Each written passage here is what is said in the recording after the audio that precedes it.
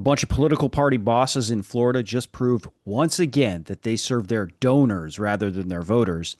And Ron DeSantis just pocketed nearly $1 million from an industry he helped. More on both of those stories coming up.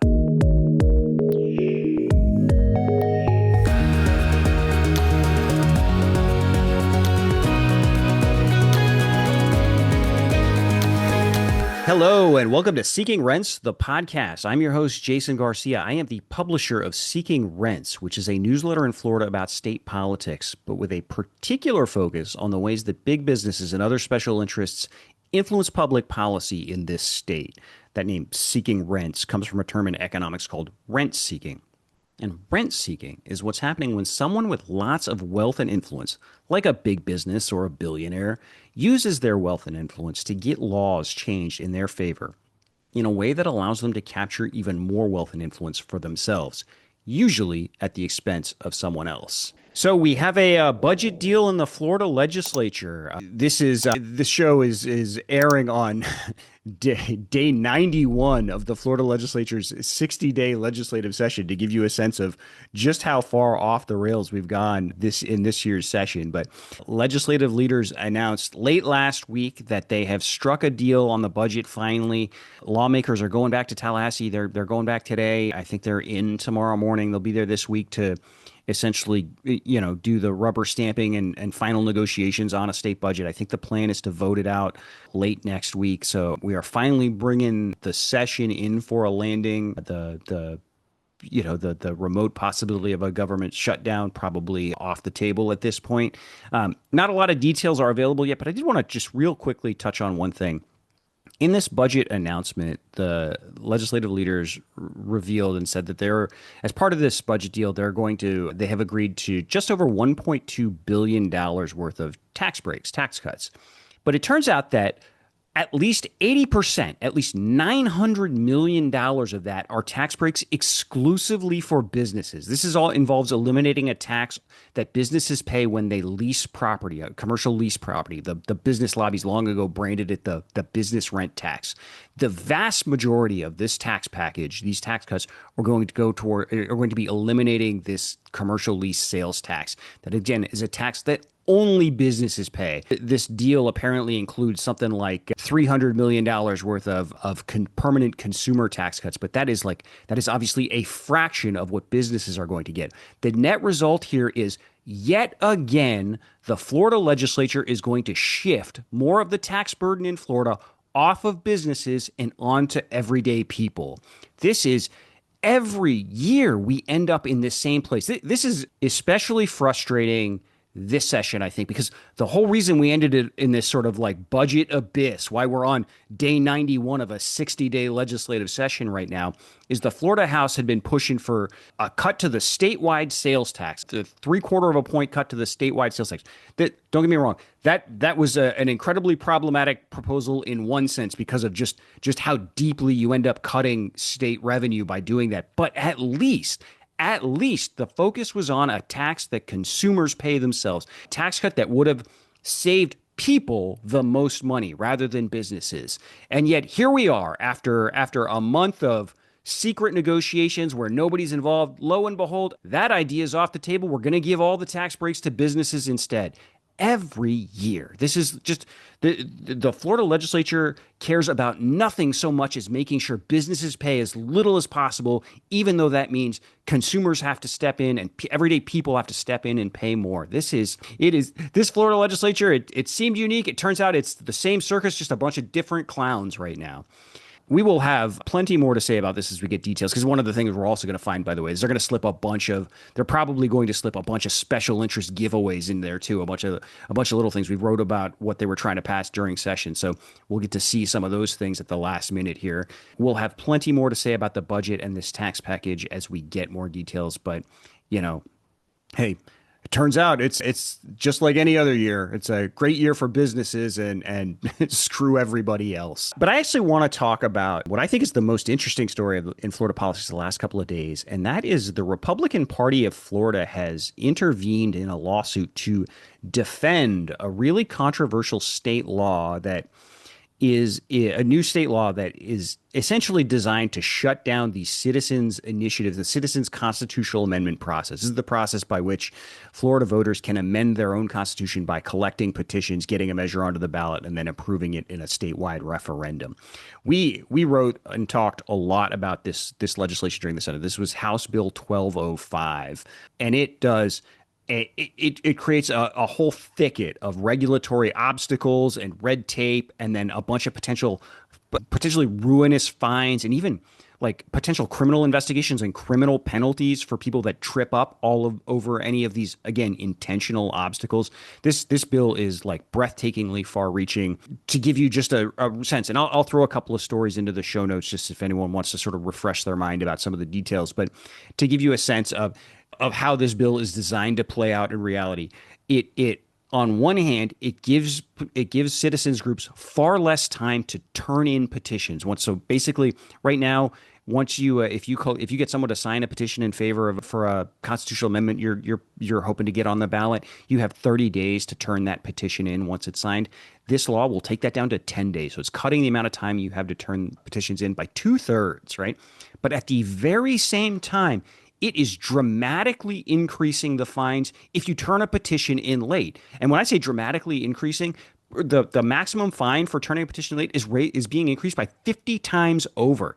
This is an intentionally being done to set people up to fail, to make sure they clang into these giant fines, and again, criminal penalties potentially too. They even want the ability to launch like RICO investigations of citizens groups trying to amend the state constitution. So anyway, House Bill 1205, one of the last bills passed this session before they kind of collapsed into a budget black hole for a while, and immediately signed by Governor Ron DeSantis in what is sort of, among other things, very clearly a response to the last election, and when Florida voters nearly passed two citizen-led constitutional amendments, one that would have enshrined abortion rights into the state constitution, another that would have legalized marijuana.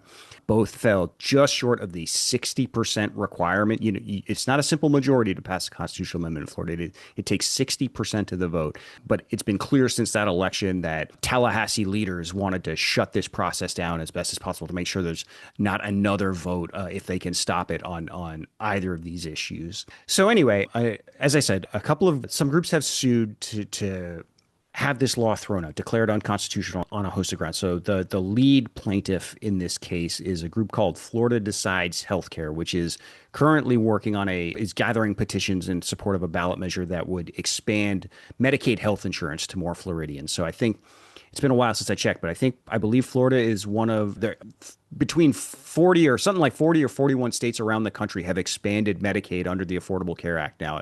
Obviously, to get to that number, that includes a bunch of Republican states around the country as well. But Florida has consistently refused to do that, and it has left a whole bunch of lower middle income Floridians trapped in this kind of donut hole where they make too little to qualify for Medicaid under Florida's like incredibly strict rules right now, but not enough to qualify for subsidies, federal tax subsidies to help them pay for insurance. This is just refusing to expand Medicaid is just a brutal thing to do to kind of the middle class, particularly as health insurance gets more important, gets more expensive. So anyway, Florida Decides Healthcare has been working on a petition drive to get a Medicaid expansion amendment onto the 2026 ballot. And so they have sued to have House Bill 1205 struck down. This is where the Republican Party of Florida last week filed a motion and intervened into the case to defend the law, which was sort of wild to me because, you know, I suspect part of what's going on here is the Republican Party of Florida is trying to polarize this issue. You know, citizens' initiatives are generally not super polarized. Again, it takes 60% to pass a constitutional amendment. You can't do that with just Democrats or just Republicans. These have to be bipartisan issues in order to pass. And this is how we've gotten things like smaller class sizes, universal pre-kindergarten, dedicated funding for environmental programs or environmental conservation, a higher state minimum wage. These are bipartisan. None of those are Democratic or Republican only issues, right? And yet you have the Republican Party of Florida intervening as if this is some partisan issue. And I think the goal here is to try and polarize this issue and sort of turn Republican voters against this legislation or against this effort and sort of bring them along and get rank and file voters into supporting the idea that they shouldn't be able to amend their own state constitution. And what's really interesting about this is it's a reflection of who the party actually serves. The Republican Party of Florida, as we've written about plenty in the newsletter and talked about on the podcast, is funded primarily by a bunch of large, giant corporations and super rich donors. We're talking about companies like Florida Power and Light, Big Sugar, HCA Healthcare, the for-profit hospital company, Disney, these kinds of companies. They fund the Republican Party of Florida and they dominate Tallahassee. These are the companies that control what the Florida legislature will and will pass and what Ron DeSantis will and will not sign or do in executive actions. And when I say control, obviously you can find occasional examples where that doesn't happen, but by and large, they dominate the agenda. This is why we're once again back in a place where we're going to cut a bunch of taxes for businesses while leaving a few table scraps for everyday people. And these businesses, the one thing they care about more than anything is making sure there's no way around a Florida legislature that they control. And so they have every interest in the world in shutting down citizens' initiatives. This has been, even before House Bill 1205 and before the sort of blowback among Republican leadership to Amendment 3 and Amendment 4 last year, this has been a 2-decade-long project of the big business lobby of the state, sort of ratcheting up the process and tightening the restrictions and making it progressively harder and harder to amend the state constitution. The whole reason we have a 60% threshold to begin with is because of a bunch of big businesses like Publix, led by the Florida Chamber of Commerce, got an amendment, got the legislature put an amendment on the ballot and then spent a bunch of money advertising people and got it to pass with, irony of all ironies, less than 60% of the vote. So anyway, it struck me, it's really interesting that the Republican Party of Florida is defending this law because it gives away the game about who the party leadership actually serves. And it's those donors. It is not the rank and file voters who have an interest in being able to go work around the legislature themselves, you know. And just to give you an idea, one of the most interesting things in the Republican Party of Florida's filings here is, so another party that has joined the effort to get this law, House Bill 1205, struck down, is a group that is sponsoring a right to clean water petition. This is a proposed constitutional amendment that would essentially allow someone to sue if a government is allowing or potentially allowing someone to pollute a body of water, like a lake. Like if a government is about to award a permit, to a developer that is going to destroy a bunch of wetlands that would harm like an important lake or spring, or if they're going to if they're about to let a water bottle company like suck a spring dry, that sort of thing, it would essentially give standing for someone to sue in court to try and stop that from happening, right? This is sometimes in the past has also been characterized as a rights of nature, sort of allowing people to sue on behalf of the interests of lakes and wetlands themselves, And in its filing, the Republican Party of Florida, I want to make sure I read this just to get it right, said, references this initiative and says, should such a proposed amendment ever make it to the ballot, the Republican Party of Florida would certainly oppose it. So the party is being very clear that it is going to oppose this right to clean water petition if it qualifies for the ballot. I don't know if it's going to qualify for the ballot, by the way. This is one of these truly citizen-led ones. It is not relying on paid signature gatherers, as far as I can tell from its court filings. So, I mean, it's really hard to get there under current law before you even ratchet everything up with House Bill 1205. But the Republican Party of Florida already tipping its hand that it's going to oppose it if it does make the ballot. And what's interesting about this is it is hard to find an issue that has more bipartisan support than these right to clean water or rights of nature petitions. So we've actually seen this a couple of times. There have been a couple of local referendums where this has been on the ballot. So there was one in Orange County. That's where Orlando is, where I am. And this was in 2020. It got almost 90% of the vote, this right to clean water. I think it was called rights to nature at the time. The charter amendment, 90% of the vote. You cannot do that without broad support among every group of voters. Everybody broadly supported this to get to 90%. A couple of years later, the city of Titusville in conservative Brevard County had a local referendum on the ballot. It got more than 80% of the vote there. Again, this is This is up there with like American flags and apple pie. This thing, and we're not just talking about polls; these are actual votes, right? If you're wondering, by the way, neither of those charter amendments ended up having any effect because the Florida legislature passed a law prohibiting local right to clean water ordinances. They did the bidding of the development lobby and the corporate polluter lobby to try to nullify these local measures before they could even take effect, which is, of course, why you want to be able to go around the Florida legislature in the first place, because they're going to listen to companies like Lennar and Mosaic rather than voters who want stronger environmental protections, So again, I'm not sure you can find a better example or a more clear-cut example of a party working against its own voters' interests, as there is in this case with the Republican Party of Florida stepping in to defend House Bill 1205. So the other thing I wanted to mention is something that's worth watching. We alluded to this in the last show that Ron DeSantis ultimately did veto House Bill 6017 last week. That's the bill that would have repealed Florida's notorious free kill law, which essentially limits the ability of certain Floridians to hold negligent doctors and hospitals accountable when the victim of their negligence, when the person who died as a result of their medical malpractice is an adult child or the single parent, like a widowed parent of adult children. It's a loophole in medical malpractice laws is what it is. And there's been an effort for years to try and close it because the cases where people end up get sort of frozen out of civil justice because of this law are just absolutely heartbreaking.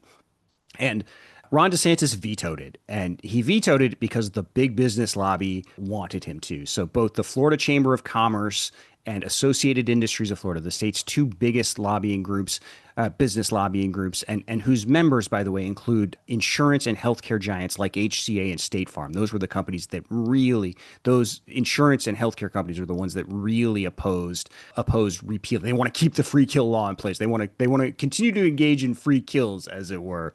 And so Ron DeSantis vetoed this bill. And I think one of the interesting stories to watch over the next couple of weeks is just how much money he pockets from these interests that were lobbying him to veto this bill. Because this is a bill that passed, again, with broad bipartisan support. I think the vote, I don't have it in front of me, but this is directionally right. It was like 104-6 in the Florida House and 33-4 in the Florida Senate.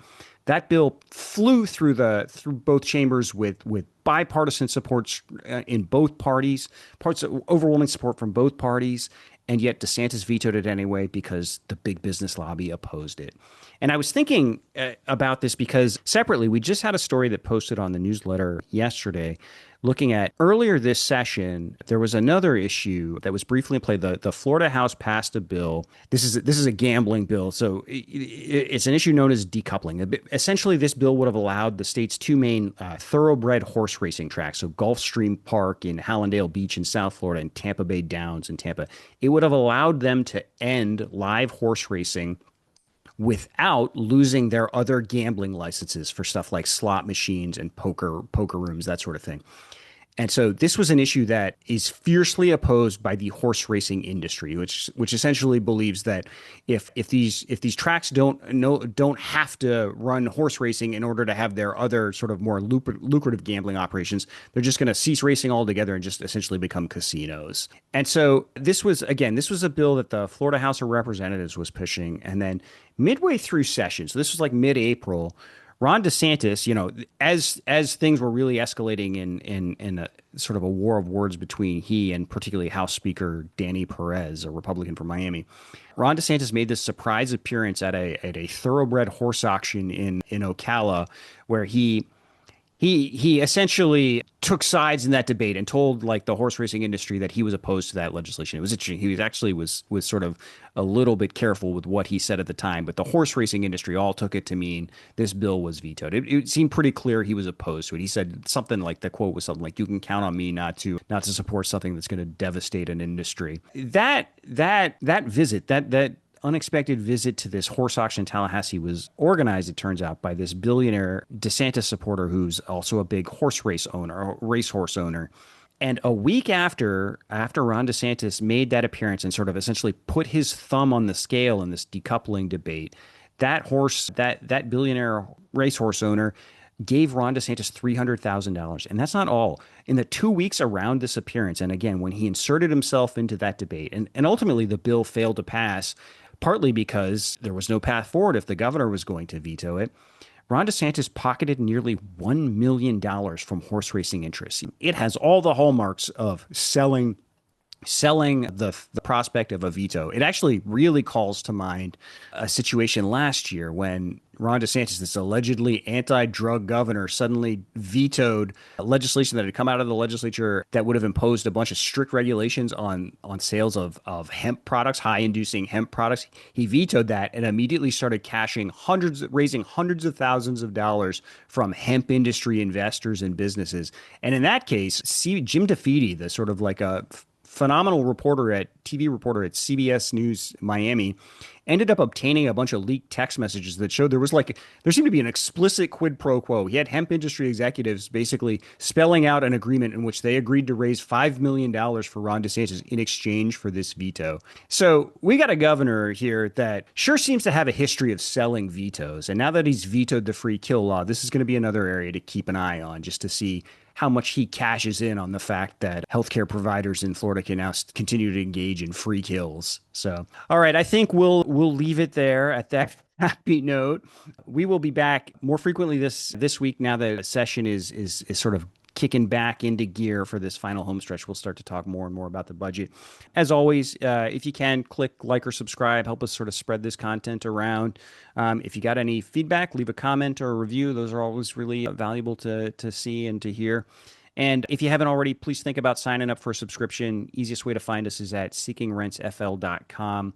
That'll get all of our stories and podcasts emailed straight to your inbox. By the way, I'll throw a link to a story with more details about this horse racing stuff that I was alluding to, the story we posted yesterday on the newsletter. I'll throw a link to that in the show notes.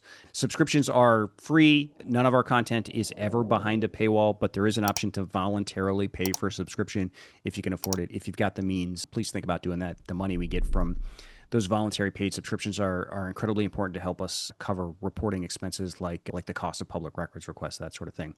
Okay, we'll be back again later this week. Until then, take care.